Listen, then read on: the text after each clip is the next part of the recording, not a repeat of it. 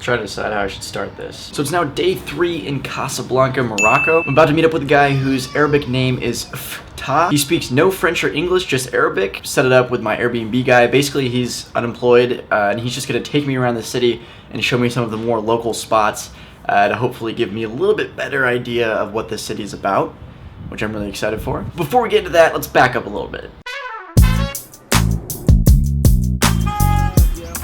Okay, good one.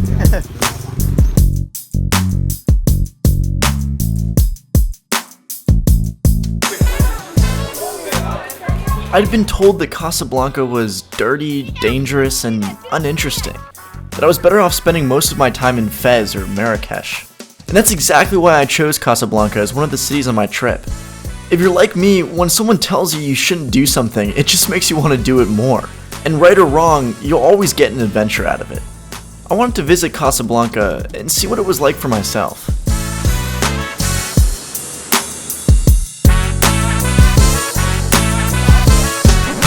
I got very sick, chills, sweating. I couldn't even leave the apartment. Before you say anything, no, I did not get sick from food. I actually was sick before I landed in Morocco. Go figure. I basically thought that I was going to be inside for the majority of my trip.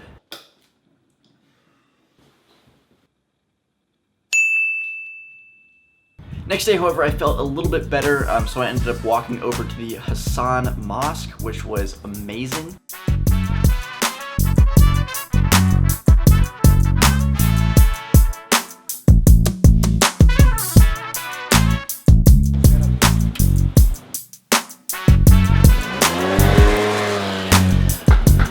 Hopefully my Uber shows up soon. It's starting to rain kind of hard. Yeah, bonjour.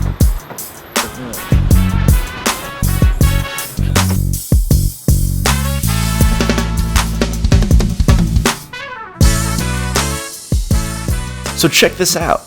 The Hassan's minaret is actually the world's tallest at 689 feet and was completed in 1993. And it's topped by a laser that shines directly towards Mecca.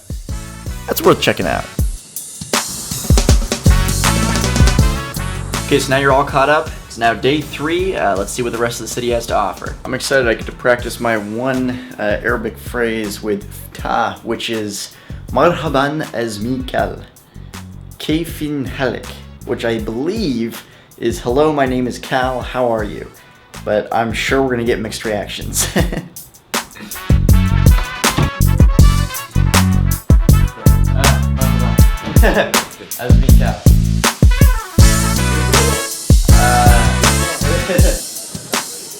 Just like that, we were off. Time to explore Casablanca.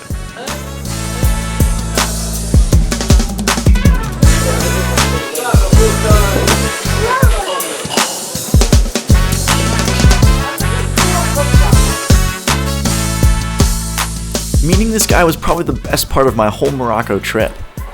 He was able to show me stuff that I never would have seen without him. Like he would take me through the back streets of the bazaars. And it was awesome because he seemed to know everyone.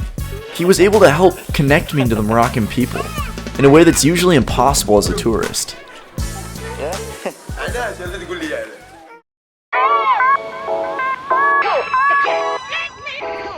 You know, I've been traveling all over the world for years, and I'm constantly being told how dangerous the places I'm going are. There's always stories of muggings and robberies, but then you find out that the people who are telling you those haven't actually been there themselves.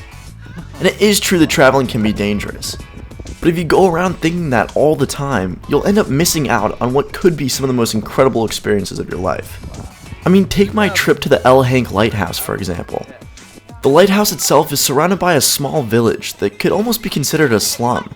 People described it as run down and scary. But I knew better than to trust those reviews. The kids that I met there were having such a good time just being alive. Kinda makes you wonder if they know something we don't. Okay, thank you. Goodbye.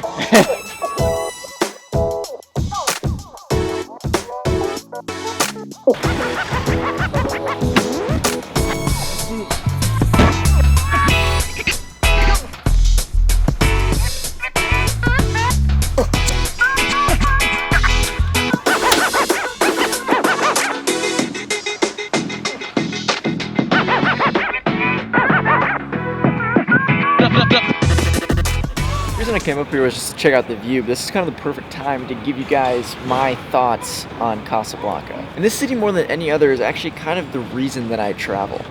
Marhaban, Kaifin Halik, Arabic, nailed it.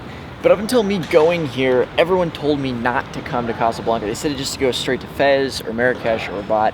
They said that there wasn't a lot to do in Casablanca and it wasn't that interesting. Because I had no expectations, everything that was good was like a surprise. That's kind of what I love about traveling and what makes traveling interesting for me.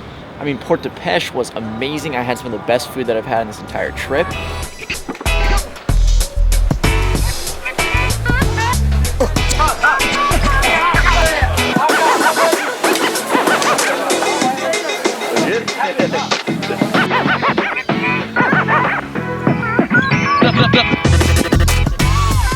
Walking through Little Senegal, seeing people, basically an entire country packed into like 10 blocks, people getting their hair cut, buying food at the grocery store, clothing shop, like everything in super tight spaces.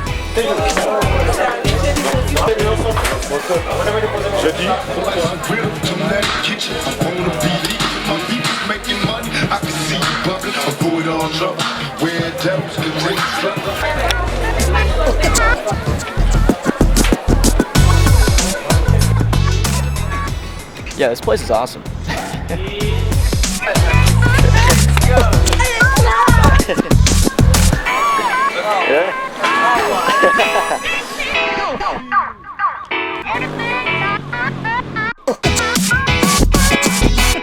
yeah, and for those of you wondering what a $16 a night Airbnb looks like in Casablanca,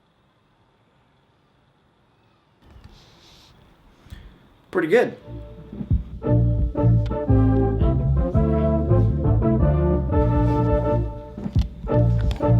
No manger.